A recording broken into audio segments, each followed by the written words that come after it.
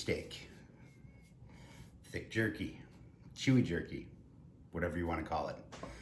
That's what's going down today. I'm a big fan of something that I could just bite through. I don't want to tear it. I don't want to rip at it. I don't want to do any of that. So that's what we're doing today. We're gonna do pepper blend on it. I butchered up a nice bottom round flat, big 20 pounder. Got that butchered in a few different things. And I did some really thin slices off of it as well. So now, this is what I got here. I've just had them laid out on a rack. I've had them in the fridge, just drying out a little bit. I want, you know, as much moisture as I possibly can to get out of them.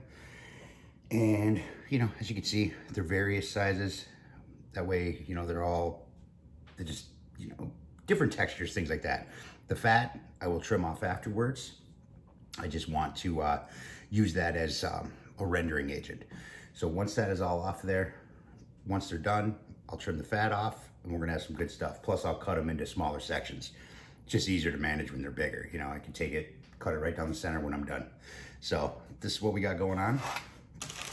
We have some red New Mexican chilies. We have some black chilies, mini reds.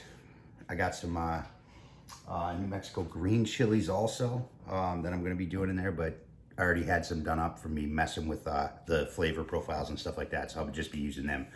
These guys, they're cheap.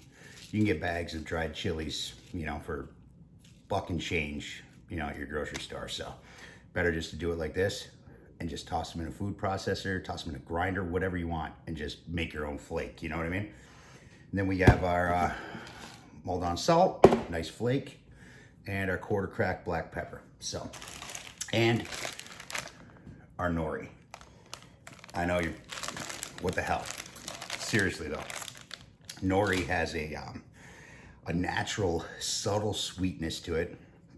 It has just a blast of umami flavor. It's good stuff. It seriously is really good stuff. You know, good nori doesn't taste fishy, doesn't smell fishy, it's nothing. It's just a really good umami flavor. And you'd be surprised how many times you've actually eaten it without knowing it. It's in a lot of things. So that's gonna give us our, just that richness, you know, that earthiness, that umami flavor mixed with our pepper and the salt and then the smoke that's gonna go on these things. It's gonna be good shit. So this is what we're doing. I'm gonna take a board I don't care about. I'm gonna lay a few of these out right off the bat.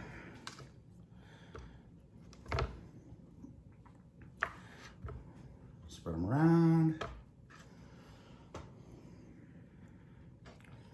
Just so none are overlapping.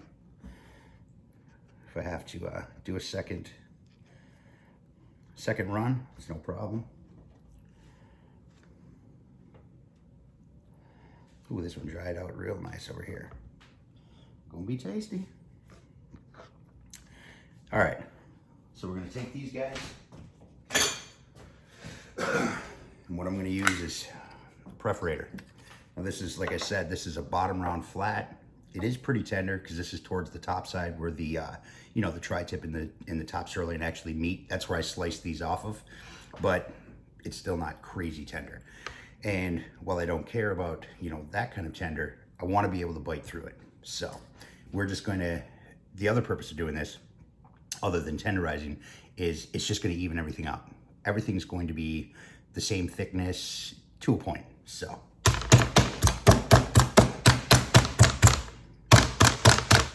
we're just gonna go through.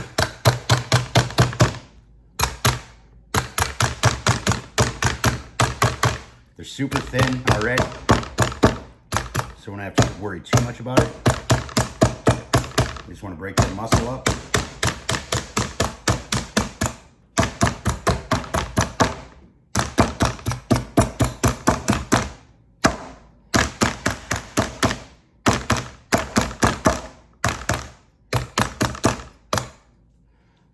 So there's our first run done. They're so thin, there's really no reason to even do the second side, you know? Just like so. Just gonna throw these guys on here. And I'm gonna get the last batch banged out. All right, so we're gonna take our chilies. Got our meat all pounded out. And all I'm gonna do, cut the ends off, get the stems out of the way, cut down a little bit. You'll see why here in a second.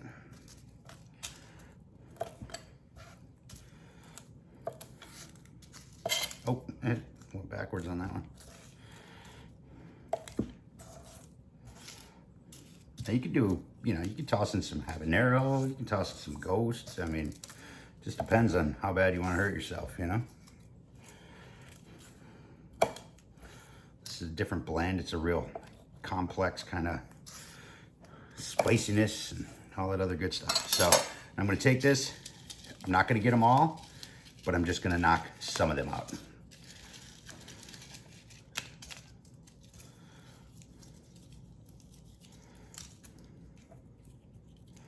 Which is the reason for cutting them down just a little bit deeper, because they are full of them. You want some, but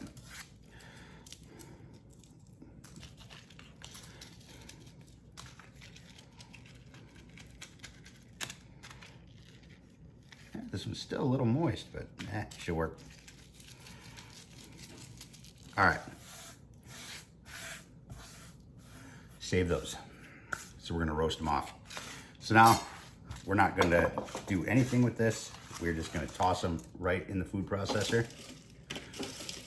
Spread them out. We're going to take our nori, pull out a sheet,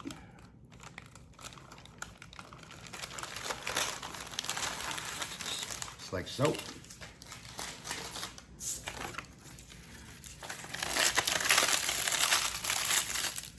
Crunch it up and throw that in there. All right, so this is what we got. Now we just blend them up, make some flakes. All right, guys, here's our pepper blend. Look at that, pepper nori. Oh man, it smells so good. Almost like a burnt pepperiness. Smell that brininess from that nori. Here's the New Mexican green chilies. I got a teaspoon of those in there. All right. So now we're gonna do a teaspoon of our other mix, and then we are going to do a teaspoon of straight up red pepper flake. We're gonna do a light teaspoon of granulated garlic. I don't know why you're looking at me doing that.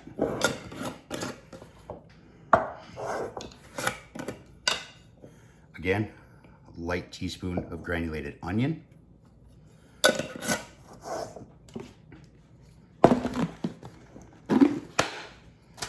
We're gonna do a TrendKill teaspoon of our Maldon.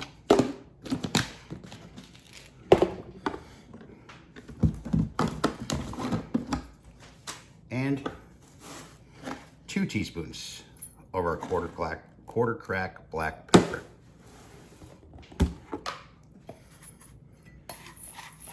Give it a toss.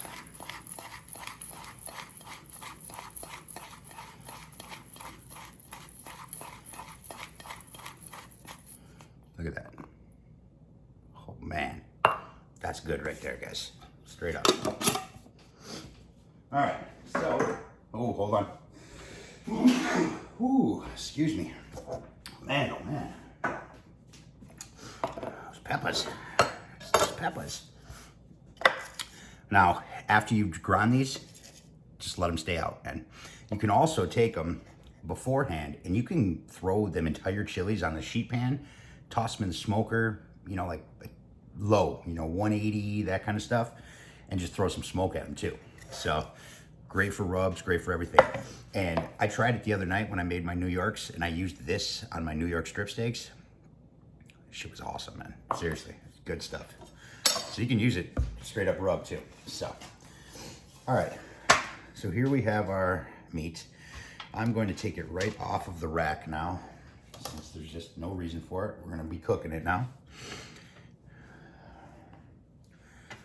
So I'm just going to spread it out so I can get it coated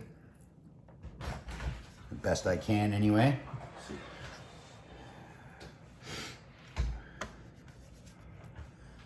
Make some room.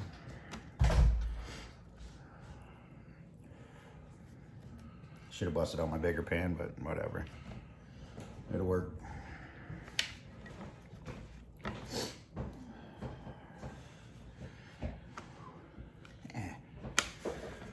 It's like meat Jenga.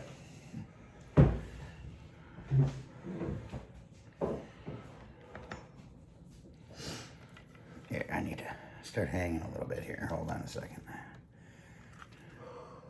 2 more pieces. I can't give up that easy.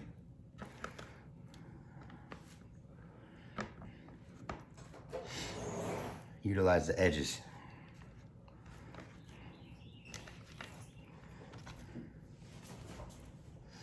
There we go. Toss this guy in here. Should be all right. Toss this guy right here. And I got one more Lone Ranger here. It's all right. We're gonna just stuff him right in there. All right, so let's take our blend here.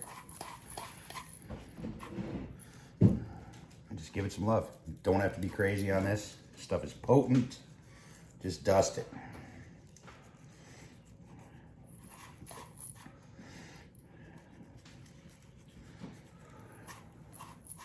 Man, it's a pretty color though, isn't it?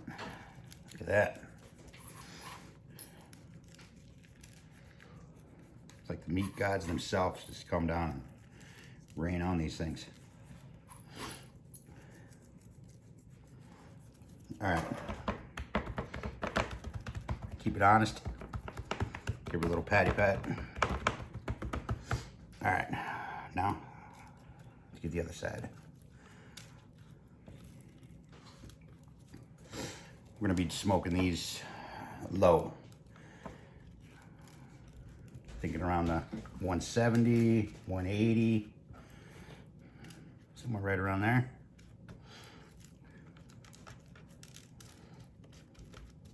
If you flip them over and try to get them in the same spot, then anything that falls off should stick back to it. You know what I mean?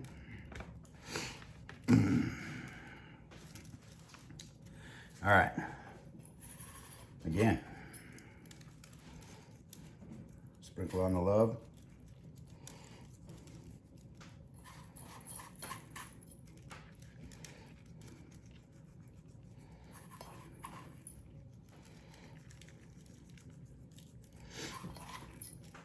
I didn't marinate these, nothing.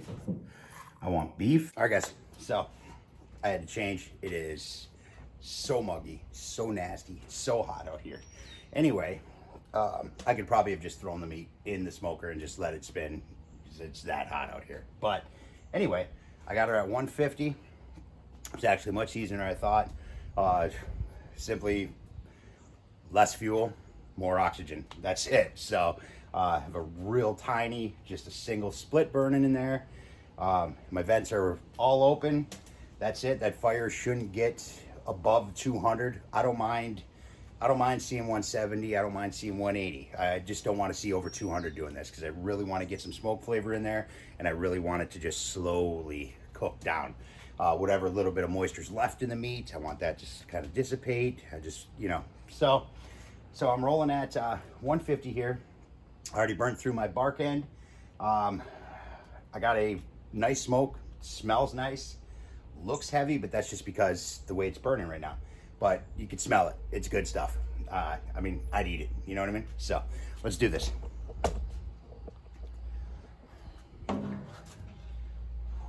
Oh, man. All right. So what we're going to do is I'm just going to lay these guys right across this rack. try to maintain as much, try to avoid 2 racks. You want space in between them for smoke to go around. Not so much of an issue with this thing, but you know what I mean. Now, I mean, you can do this any smoker, you know, just get a nice clean fire burn. Just, you know, very little. I mean, I started probably with 4 or 5 pieces of lump. And then once I had that, you know, pretty red, I tossed on a split, let that burn nicely until I seen the blue smoke like that. And, you know, like we talked about in the fire management videos, that smell, you know, you can tell if it's smoke you want to eat or smoke you don't. And this is smoke I want to eat.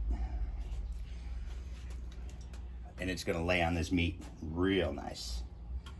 So I'm just going to space these guys out like this. Looks like we can put all this on one rack, which is awesome.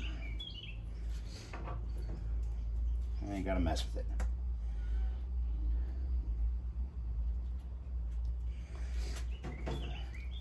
Just like so. You know what? I got more room, so I'm just going to move this guy right over here. And that's it. So now we got them nice, spaced out real nice. We're going to get them spinning. And that's it, guys. No water pan, no nothing. Actually, I need to pull that water pan out. It's probably hot as hell too. Yeah. Forgot it was in there. Let me take it out, though. Catch her on the upside. All right. Now for real, no water pan. So I'm gonna shut this guy down. Still pulling 150. Like I said, I have both intakes open, closed, stacks wide open. And that's a wrap. So I'm just gonna let those guys go. Not so sure on time, I'll report, but it's gonna take some hours.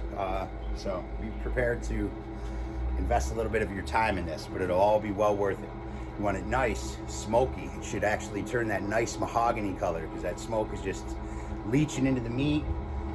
And when you pick them up, they should stay straight, but you should be able to bend them without breaking them.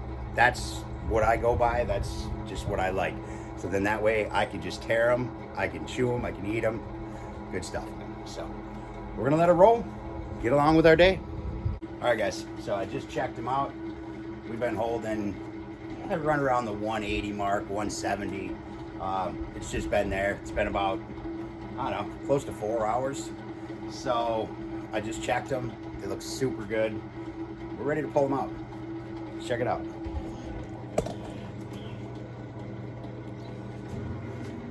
Oh man, we just missed them.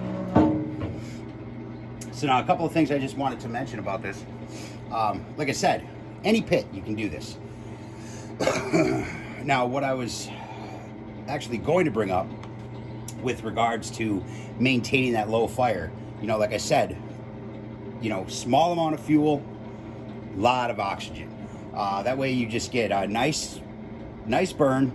You're getting nice, that real nice smoke, but you're not, you know, building up all that temperature. You're not, you know, you're going to maintain that heat with your fire itself, you know, not your vents, you know, going back to the whole, you know, that fire management video I did. But there's one thing about the grates. I would suggest not putting them on the bottom grate of your smoker, just depending on the smoker. I mean, if you notice that, you know, you get a nice heat on the,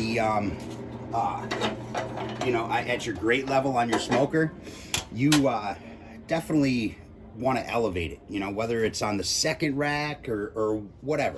And you may want to go in for a flip, you know, halfway through. Once you see that, like that nice dark mahogany, see that? Just, it holds its own weight, just a slight bend on that. Look at that.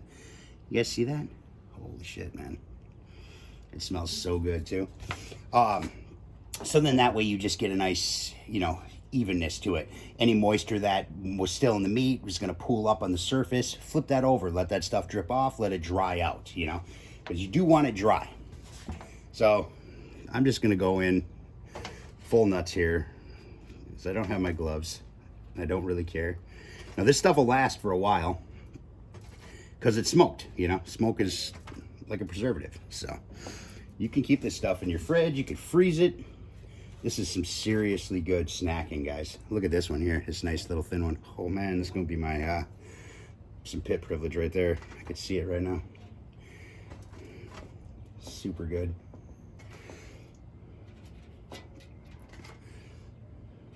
Man, look at that. Check that out, guys.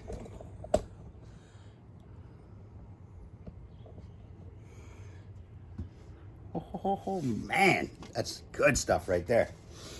If you don't like jerky, I mean, if you like jerky, but you don't like working when you eat it, this stuff is awesome, man. I love it. It's got a nice tug to it, but it still bites right through. And that being thicker like that, it holds, to me, all opinion, as always, it holds a ton of moisture in there still, but it's, I mean, ton of flavor in there. And you can just taste it all the way through that meat when you bite into it. And once these things cool down, they're even better. So this is great stuff. Ziploc it, you know, all that other good stuff. So now, as we talked about pit privilege, let's check this out. This one is not going to be perfectly indicative of what the rest of them are, just because it is so thin, but just to give you an idea of what I'm talking about. See that? Just a slight little tug. It's going to be hard to focus on this thing, but check this out, guys. It's going to be good. It still gives you your chew. Whoa. Got some serious front end heat, but you can feel it in the back of your throat. That's awesome. The taste of oak and beef, man. I should make a cologne out of that shit.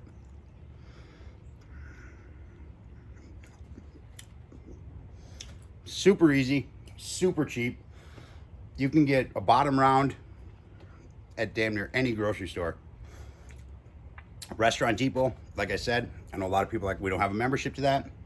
Seriously, check your area for your barbecue association, your local barbecue association. A lot of them are partnered with Restaurant Depot, and for the simple, you know, typically what, $25 to $50 annual membership fee, even if you don't plan on judging or competing or anything, it'll give you access to the Restaurant Depot. A lot of them do it. Some of them don't, but a lot of them do. You just go in there, you show them your barbecue card like you're the FBI, and they write you a pass, you go shopping for the day. It's a great resource to have. This was $2.52 a pound, and I got 20 pounds. It's a giant roast. It took me 10 minutes to butcher it up. Got a whole bunch of different steaks out of it. I mean, you can get your cube steak out of it. You can get your sandwich steak out of it. You can get your Swiss steak out of it. You can get some roasts out of it. I even cut some steaks out of it on the further side, you know, where it comes down from where the tri-tip and the top sirloin is, that connection. Because as it goes down, it gets tougher because that's where the muscle is. It works more down there. So you actually have some pretty decent tender meat. Plus it's beefy. It's a ton of, you know, any of the rounds have tons of beef flavor in them. Man, I won't be in trouble today because I won't eat all that shit. All right, guys, that's it. That's all I got. Super easy, super cheap, and great snacking, man. Awesome snacking. So, all right, later.